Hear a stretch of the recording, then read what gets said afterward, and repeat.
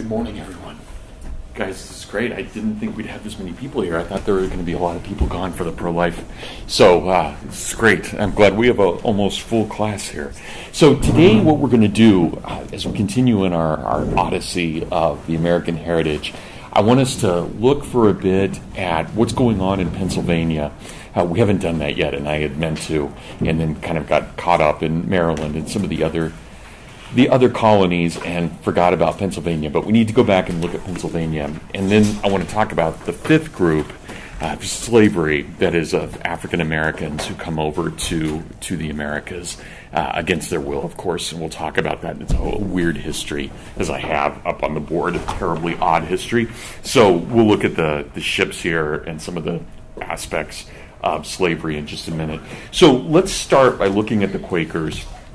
In particular, looking at the frame of the government of Pennsylvania, specifically on page 37. And I'll talk just briefly about the Quakers themselves. So of all the various groups that come out of the English Reformation, one of the most interesting by far are the Quakers. And there are a lot of things about the Quakers that I think probably did not endear them to their neighbors. That is, to the other colonials, most of whom deemed the Quakers as, at best, they thought of them as heretics, and at worst, they thought of them as Satanists. So there was a lot of animosity towards the Quakers overall. The Quakers, their actual name is Friends. This is what they call themselves, and they have meeting houses, and they have meetings on Sundays. They don't call it Mass. They don't call it anything other than a meeting, a Quaker meeting. But they call themselves the Friends overall.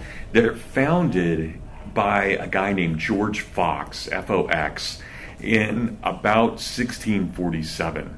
And they're meant to be, at least from the very beginning, they're meant to be a dissenter group within the Church of England, but also really challenging a lot of the more orthodox notions within that church itself. So the Quaking experience, and of course the term Quaker was not originally meant to be a compliment, but the Quaking experience was this awakening of the inner light that would go on, and the inner light is a terribly important concept for the Quakers.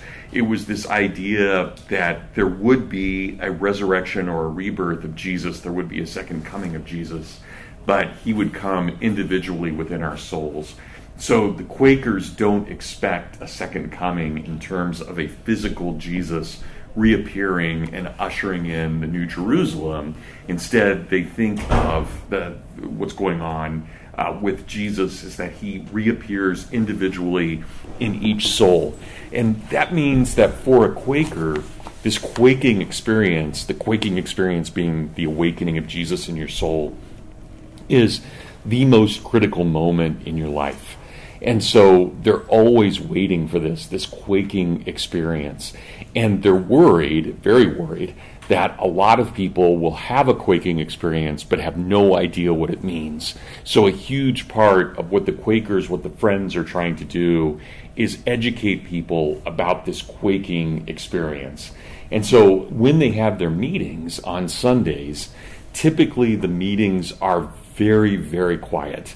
And you can go weeks of having these Quaker meetings with no one actually talking, because the only time that people talk is when they feel like they've been moved, and this doesn't happen that often, when they feel that they've been moved by God to speak. So they feel within their inner light that they're supposed to speak. And you can imagine, for example, when the Quakers are trying to evangelize the American Indian, this is a kind of a shock for the American Indian, all American Indians who tend to celebrate their own religion with a kind of just an immense festivity that goes with everything. A lot of whooping and hollering, a lot of just kind of joyous gladness that goes on with this.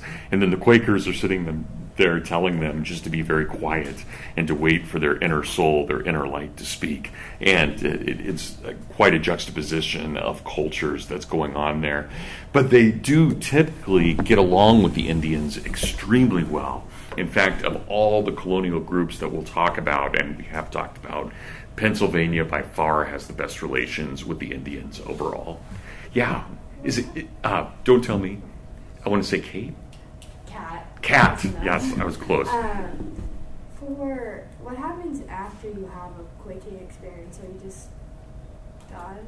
Or? Well, not totally done. Your inner light still turns on. And especially this is part of what you do in the Quaker meetings. If you feel like you've been moved to speak, you speak. But the resurrection really occurs in each one of us individually. And so this is clearly not Orthodox Christianity in that aspect, Kat. And I think this is one of the main differences between the Quakers and Orthodox Christians. So you can imagine what other Christians think about the Quakers. Maybe they're worried that this inner light is really kind of a trick of Satan, of being the false light overall. So that's where the Satanism comes in, or at least the charge of Satanism, I think, would be the more appropriate way of thinking about it. But yeah, so that this is, you still have promptings of the Spirit, but they're usually few and far in between. So Quakers are interesting. I mean, they tend to be pacifists overall. They don't want to fight. In fact, there were so many Quakers at the time of the passage of the Bill of Rights that the Second Amendment almost had an addition to it, bless you, Annie, and almost had an addition to it, basically saying Quakers are exempt from this. They let that go, but that was definitely that's how many Quakers there were in America, that they would have that kind of question about what they would do with this. So, yeah. Marlo. Was this, the, quaking experience, was that just another way that they interpreted salvation, or was it you could be like a saved Christian and then you're waiting for that this the second coming of Christ? Is that just is that how they view the Holy Spirit coming into your heart and you're a Christian, or is it it's two separate things? Yeah, and it is the Holy Spirit, and it's not. It really is the Spirit of Christ in some way, in the second coming of Christ as they think about it, and that really complicates the Trinity, of course. We're thinking about the Trinity. And it's one of the reasons that there's so many people who are adamantly against the Quakers, because they feel like the Quakers are not really paying attention to things like the Holy Spirit. They're not paying attention to the breakdown of the Trinity. They're not being orthodox overall. So that's one of the great concerns. But yeah, I would say that the equivalent, and it's not quite a one-to-one by any means, Marlo, but definitely the experience of having the quaking is essentially a salvation moment. And that's why they're very worried that people will experience it but not know what it means, because there has to be a kind of intellectual engagement with the quaking experience as it happens for the Quaker to consider it to be a kind of a process that's done right, as I understand it. And I don't come from this background at all, so this is pretty foreign to me and my understanding, but that's at least as I perceive it coming from the outside of that. Yeah, but it would be the equivalent of a salvation experience of being saved. Good. Yeah. Conrad. At this time, do we see any prominent charismatic denominations? Because the quaking, just the sensation of it sounds right. like kind of an emotional, spiritual moment, but it's clearly tied to a totally different theological concept than right. the Spirit just coming over you and giving you power or something. Yeah. So, did they have denominations that were kind of considered fringe, but we're doing a lot more? No, that's a great question, Conrad. So, and we'll get into this a little bit. I don't know if we'll get into it today or we'll get into it on Monday. But what we'll see now, so the Quakers are the last of the four great peoples to come over, right? And the Scotch Irish and the Quakers, as we talked about with the Anglicans, the Puritans, the Quakers, the Scotch Irish. So they're one of the last groups to come over, but there are quite a few of them, and they do settle Pennsylvania, and they do it very well. Their quaking experience is really much more of an intellectual experience than it is an emotional experience. So what you're asking, if I'm understanding you right, and I think I am, that you're asking more about what a kind of a charismatic, what a Pentecostal might be. Right. And that is not going to really arise until we get to the Second Great Awakening. There's some of it in the First Great Awakening, which is what we'll talk about either today or probably on Monday. And I'd asked you guys to read Edwards and Whitefield. Right. Certainly there's that emotional experience and all of that. But we won't, it is a great question, because we won't really see any kind of evangelicalism or charismatic movement, and those are not quite the same thing, but we'll lump them together for a moment. We really won't see them until about the first third of the 1700s. So I think for a lot of us in this room, if we come from a Christian background, we tend to think of Jesus as personal Lord and Savior, right? We tend to think of Jesus as kind of best friend, and that evangelical, emotional relationship. And that is really not Protestant. It's more Protestant of Protestant. It's almost a second Reformation that we see with the rise of the First Great Awakening and then the Second Great Awakening.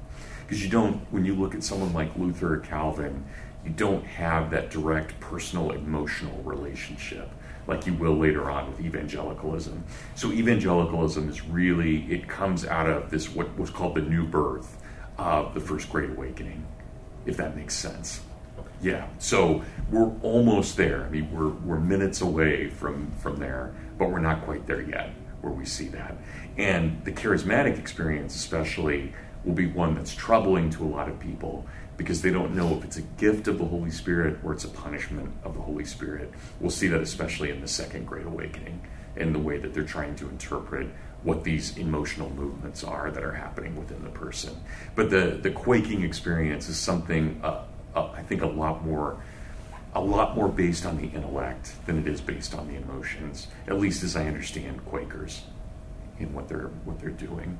So, but there will always be this kind of distrust of extreme emotionalism that comes into this. So, somebody else had their hand up. Yeah. I was just wondering what the difference is between Quakers and the Amish.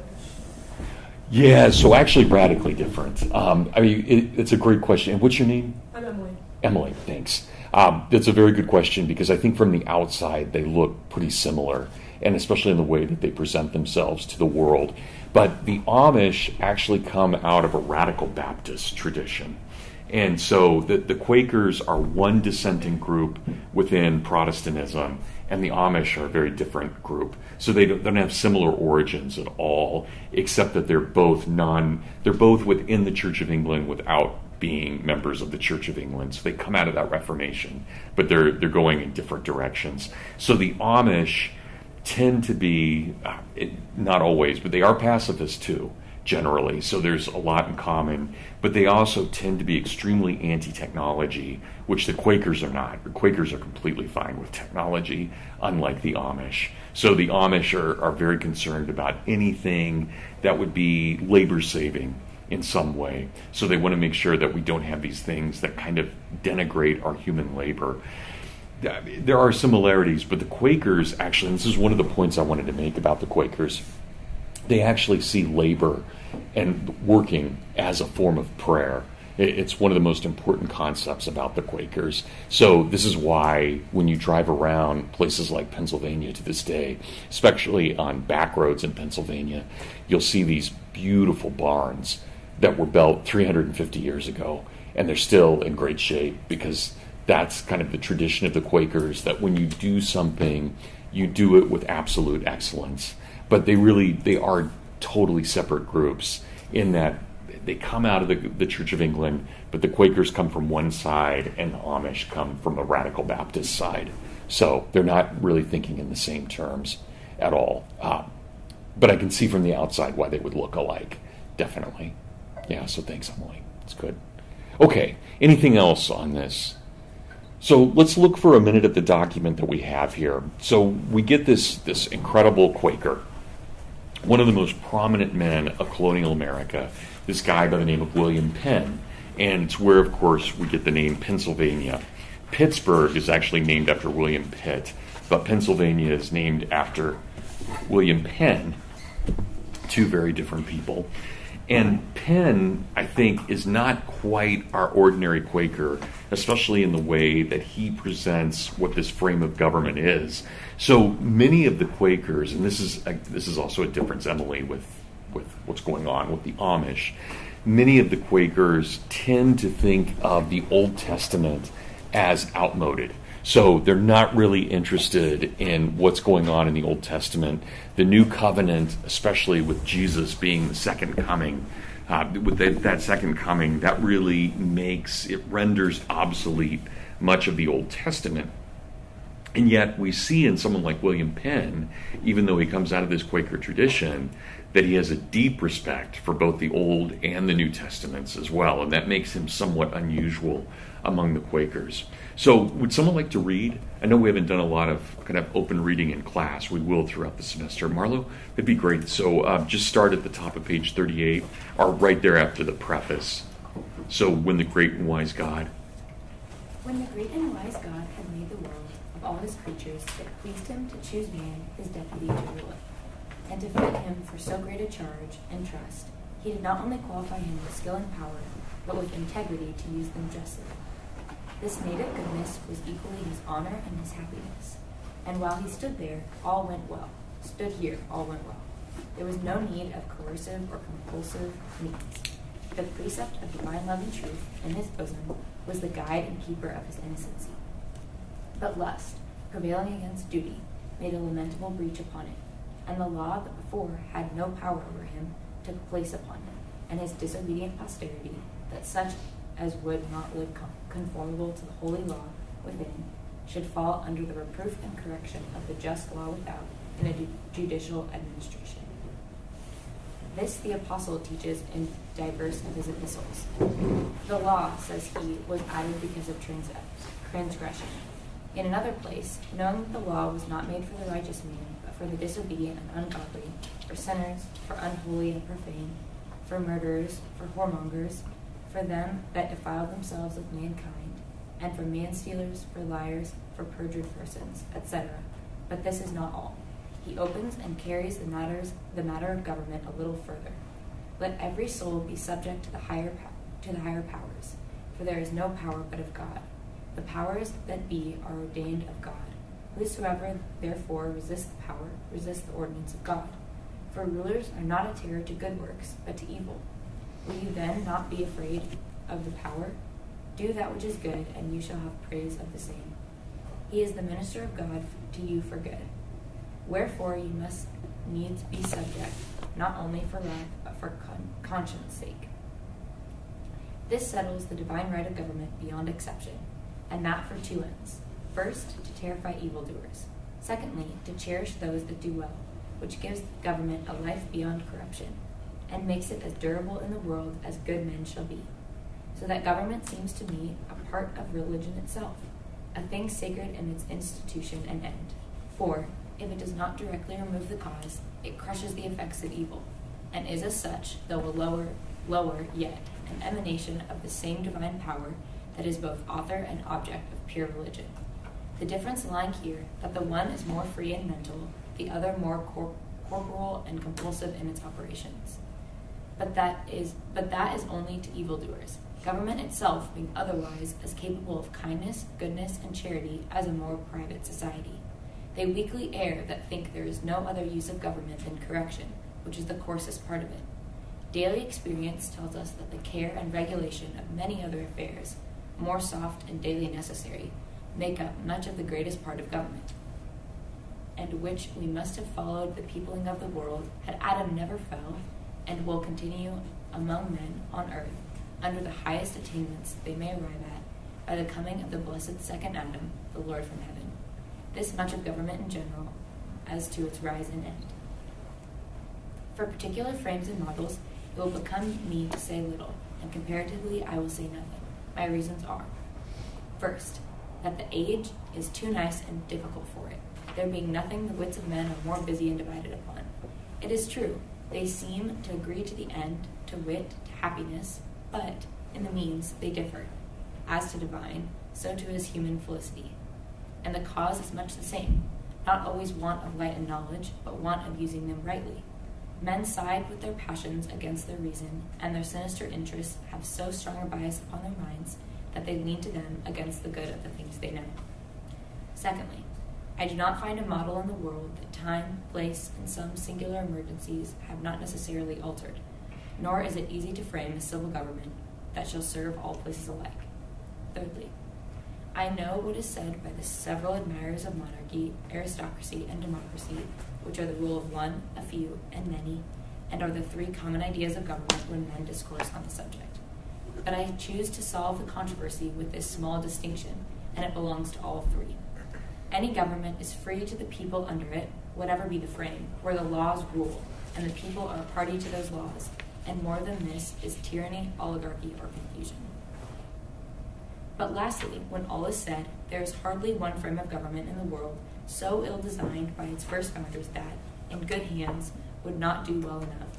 And story tells us the best, and ill ones can do nothing that is great or good. Witness the Jewish and Roman states.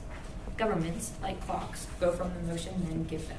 And as governments are made and moved by men, so by them they are ruined too. Wherefore governments rather depend on men than men upon governments. Let men be good, and the government cannot be bad. If it be ill, they will cure it. But if men be bad, let the government be never so good, they will endeavor to warp and spoil it to their turn. I know some say, let us have good laws, and no matter for the men that execute them. But let them consider that though good laws do well, good men do better. For good laws may want good men, and be abolished or abated by ill men. But good men will never want good laws, nor suffer ill ones. It is true, good laws have some awe upon ill ministers, but that is where they have not power to escape or abolish them, and the people are generally wise and good. But a loose and depraved people, which is the question, love laws and an administration like themselves. That, therefore, which makes a good constitution must keep it. Men of wisdom and virtue, qualities that, because they descend not with worldly inheritances, must be carefully propagated by a virtuous education of youth, for which after ages will owe more to the care and prudence of founders and the successive magistracy than to their parents for their private patrimonies. These considerations of the weight of government and the nice and various opinions about it make it uneasy to me to think of publishing the ensuing frame and condition of laws, foreseeing both the censures they will meet with from men of differing humors and engagements, and the occasion they may give of discourse beyond my design. But, next to the power of necessity, which is a solicitor that will take no denial, this induced me to a compliance, that we have, with reverence to God and good conscience to men, to the best of our skill, contrived and composed the frame and laws of this government, to the great end of all government, to support power and reverence with the people, and to secure the people from the abuse of power, that they may be free by their just obedience, and the magistrates honorable for their just administration. For liberty without obedience is confusion, and obedience without liberty is slavery. To carry this evenness is partly owing to the Constitution, and partly to the magistracy. Where either of these fail, government will be subject to convulsions, but where both are wanting, it must be totally subverted. Then where both meet, the government is like to endure, which I humbly pray and hope God will please to make the lot of this of Pennsylvania. Amen. All right, you did a great job. Thanks, Marlo. I appreciate you reading all that. I know that was a lot, so really appreciate it. Okay, so there's a lot in this, and one of the reasons I wanted to take our time and have Marlo read this very nicely and go through this is we're really now seeing something that I think is not just about the Quakers, but is really becoming, in some sense, broadly speaking, American. And it's not going to be accidental that we have Philadelphia as the city of brotherly love, that will have it emerge out of the Pennsylvania experience. And that when we get to the Constitution, when we get to the Declaration, we're going to have both of those things written in Philadelphia. Because there's a lot of what William Penn says here in his framework. So imagine Winthrop gives us the model, but here with Penn we have the framework, two different understandings of government. But we see this, and I don't think any of us would necessarily think that this is a theocratic government in the way that we questioned what Winthrop was trying to do, that there may be theocracy there. Here we don't see that. Instead, we see a deep connection of religiosity to government, but we don't see them as being one and the same thing.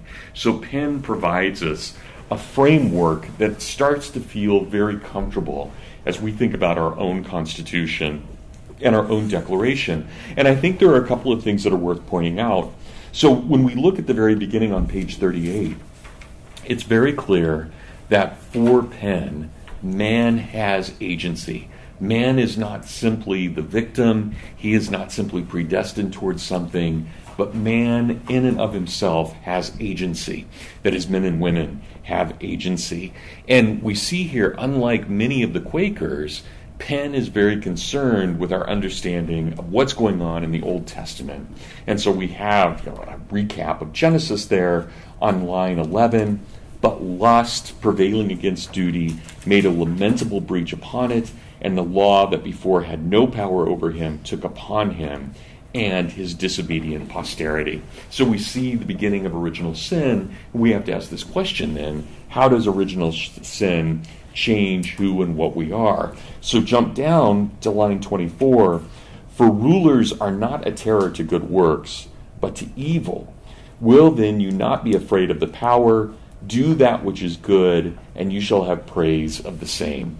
So government, as we'll see here, is not meant merely to correct the wrongdoer, but also to encourage the one who would do good as well. And these become really, for Penn, the two rights, the divine rights, what God gives us, the right of government. One, to attack the bad, and two, to promote the good. And so we have this, it's almost a breakdown of Old Testament versus New Testament. We see the sin, but then we also see the redemption as well. And on page 39, we have that discussion at the very top of the page in that non-paragraph, that first full non-paragraph, that we have Adam who falls, but then the second Adam who corrects what the first Adam had done wrong. So Adam and Christ. And then we have the breakdown of the first, second, and third arguments about government. And we see here that in all of this, Penn is drawing upon the Greek tradition, especially Aristotle, but he's drawing upon the Jewish and the Roman traditions as well, and trying to figure out what it is about government. So this starts to feel very comfortable to us, especially at a place like Hillsdale, where we think about America as coming out of the Greco-Roman Judeo-Christian tradition with this experiment of liberty under law. It sounds a lot like what Penn is saying here in the early 18th century. So pretty amazing overall. Again, on the top of page 40, we have this restatement Penn gives us. Let men be good. This is the second line there on page 40. Let men be good, and the government cannot be bad.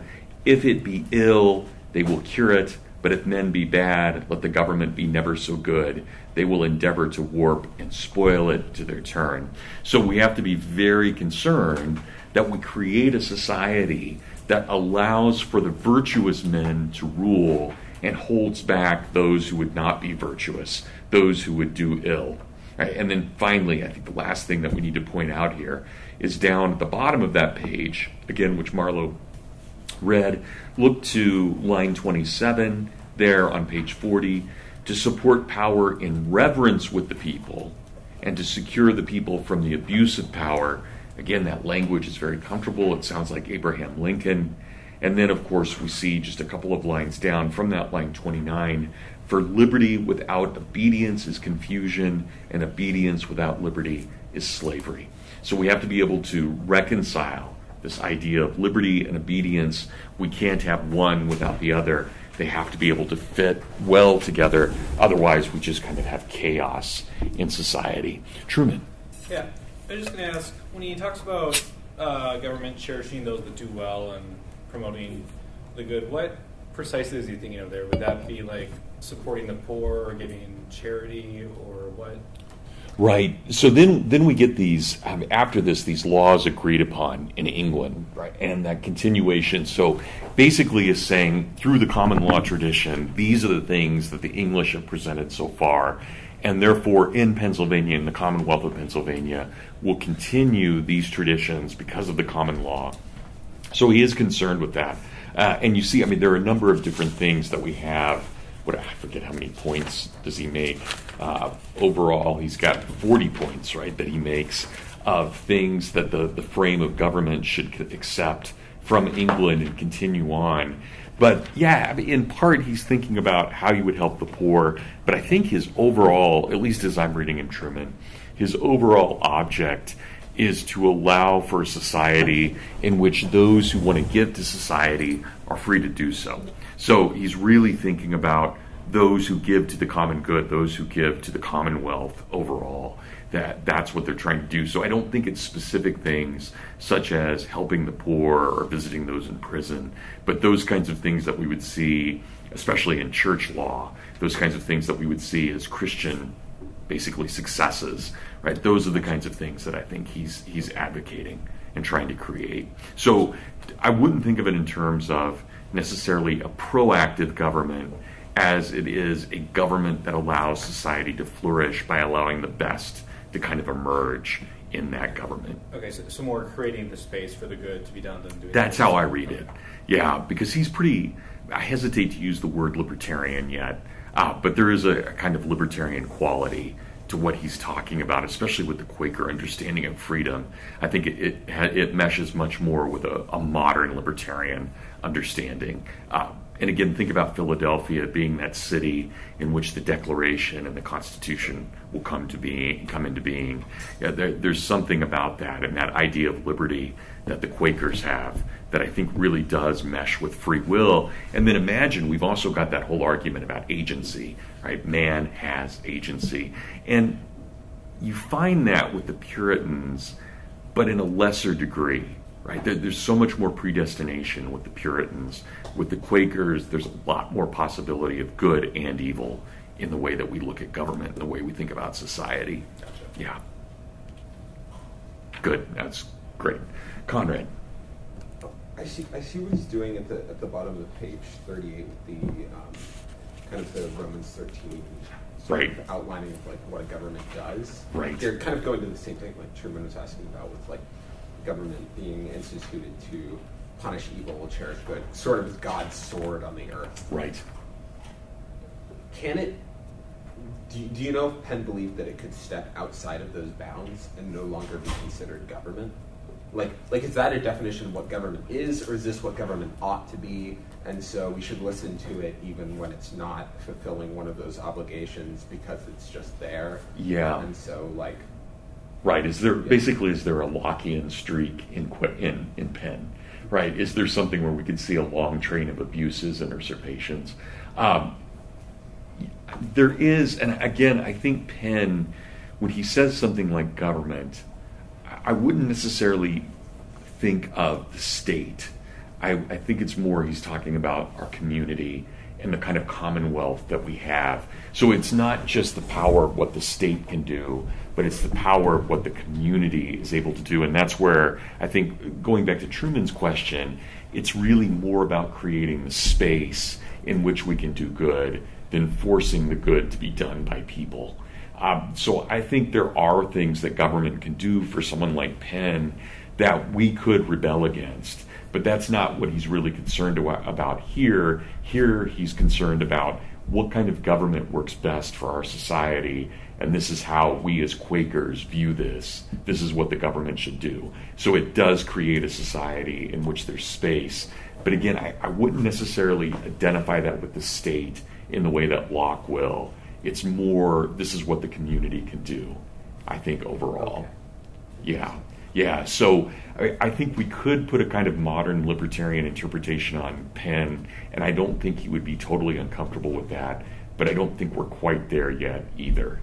So I think there's still, and you'll imagine, I mean, if we look at some of these laws, like on page 45, where you have law 35 and 36, or you have these points 35 and 36, there's some religious toleration here, but it's not complete. It's not like Maryland, right, where, at least in that moment, Maryland had complete religious toleration. Here, we have to recognize that all persons living in this province confess and acknowledge one almighty and eternal God to be the creator. Right? So it's not libertarian yet, but it's pointing in that direction. And it's much more so than other governments of the day. So there's a reason, and we haven't really tied. I mentioned this on Wednesday, but there's a reason that someone like Ben Franklin immediately, as soon as he is able, gets out of Boston and moves to Philadelphia. Right? He doesn't like any kind of state control telling him what to do, and that's why he goes to Philadelphia, because Philadelphia is much more liberal in the good sense than Boston is. And that's the difference between a Puritan community and a Quaker community. Sort of a paleo libertarian. Yeah. Does that kind of make sense, Conrad? Sure. Yeah. I just talking to page of the top of page 39 about government having a lot of like potential to like actively pursue kindness and good, and like the punishment just being a small fraction. Sorry. Yeah. No. Understood. But yeah, like, is that really just like letting people do good things and not clamping down on it? Like, yeah. It doesn't. I don't know, for what it's worth, libertarian to me. Yeah, no one understood, and I think for what it's worth, we could probably keep arguing one way or the other about this, and I think we could probably say Penn has within him a more modern sensibility, and then he doesn't. He still has the old kind of Roman sensibility as well. And so, again, I think he's a transitional figure. So we're not at the founding yet, but we're pointing towards that idea of really limiting what the government can do. And I think of all the various governments that we've talked about so far, Pennsylvania is one that comes relatively close towards pointing toward what Philadelphia in 1776 will be, but we're not there yet, right? So just not quite there. And I would caution us, though, I think we have to be careful. When Penn says government, he really means more community than he does the actual mechanism of the state. Yeah, I just don't think that's his vocabulary, his language. So, but these are great cautions and great questions to ask, definitely, from both of you. So, good. Anybody else on this? And sorry, I don't have a better answer for that. But I would just say he's a transitional figure who's pointing towards the kind of libertarianism we'll see in 1776, but isn't there yet at all. So, we're talking about a huge difference in time, too, right? We're at the beginning of a century versus towards the end of the century, of that same century overall. So, good. Okay, well, if there's nothing else about Pennsylvania, that's actually a little bit more than I wanted to talk about with Pennsylvania. That's fine. I'm glad to do it. And this, we've got the whole semester to play with these ideas, so we need to keep thinking about these things. So that kind of concludes our discussion of what's going on with the four particular types of people who settle.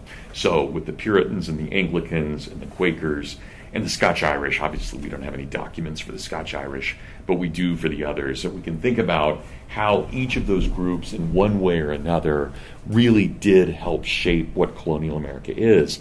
The last group that I want to talk about, and I don't know how much time we'll have to do this today, but the last group I want to talk about are those peoples who were brought over against their will. That is the slaves, the African Americans, who were brought against their will. And we have to talk about this really weird history, and it is truly weird, this weird history of what's going on in America.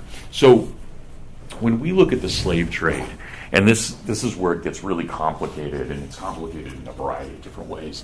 But when we look at the slave trade overall, we have this kind of taking of peoples almost exclusively from Western Africa. As you can see, there is some taking of peoples from Southeast Africa, but for the most part, almost all of the slaves who will come over from Africa come from these various groups all the way up from Zingabia down to West Central Africa. This is where the majority of blacks are coming from in terms of slavery. And you can also see here, and this is not in any way to lessen America's culpability in all of this. This is a horrible part of our history. I mean, it's just an absolutely horrible part of our history. There's no way to sugarcoat this. There's no way to make this good. It is a dreadful part of our history. But having said that, when we keep black slavery in perspective, almost, as you can see here, from the lines of importation, almost all the slaves who are brought over to the Americas are brought over to South America and to Central America, to the Caribbean itself. Only about 5% total of all Africans who are brought over from Africa, only about 5% end up in North America. And when they end up in North America, and this is where the history gets very complicated, when they arrive in North America, the very first time that any Africans are sold in North America, they are sold in 1619 in Virginia. So Virginia's got this odd history in and of itself. So Virginia, of course, has Jamestown, which is founded in 1607 as this colony, but it's not really a colony because it's all men. And it's not until 1619, so 1607 to 1619, you have absolutely no women in Virginia outside of native women. You have no women being imported from England. And there are no Africans there either. So it's not until 1619, a full kind of 12 years into the history of the colony, that you have both women and Africans showing up in 1619. And when those Africans are brought in 1619, they are not enslaved in the way that we think of enslavement, in the way that we think of chattel slavery. Instead, when the Africans are brought in 1619, and this will last all the way up until 1669, they are brought as what we would call forced indentured servants, meaning that they will have to work their way out of their indentured servitude, but they will be freed at the end of 7 years. So they labor for 7 years, and then they're free.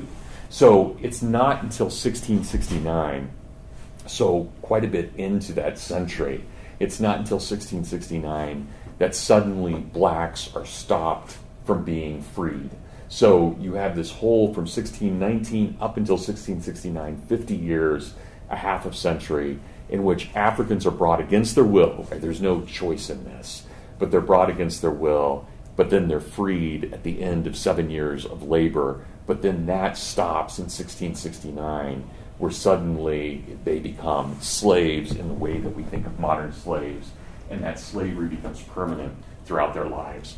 But almost all of them are brought from this part of Africa, and it's a long, complicated process in which the Europeans, who couldn't really go into the heart of Africa because of disease and other things, the Europeans would settle along the coasts of Africa, and they would make alliances with the black tribes on the coast of Africa, who would then go into the interior of Africa and capture their enemies, and then bring them to the slave islands, sell them to the Europeans, and the Europeans would then ship them across to North and South America. So it's a very nasty, very complicated process. And it becomes a part of this process, especially in 1600s and the 1700s, it becomes a part of a process called mercantilism, or what we call the triangular trade.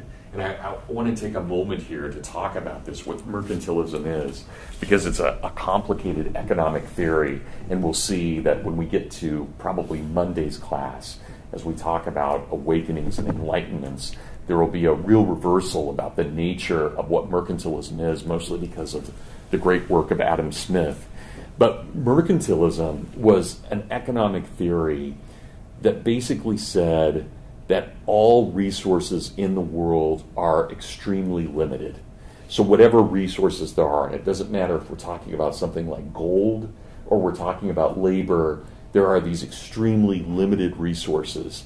And that means it's up to individual empires to gain as much as possible from the colonies as quickly as possible, and to take those resources and then bring those resources back to the mother country. So Spain wants to go out and grab as much gold as possible. France wants to go out and be involved in the fur trade and kill as many beaver and mink and other things that they use for the fur trade as quickly as possible. Others will think that they have to take as many people as possible.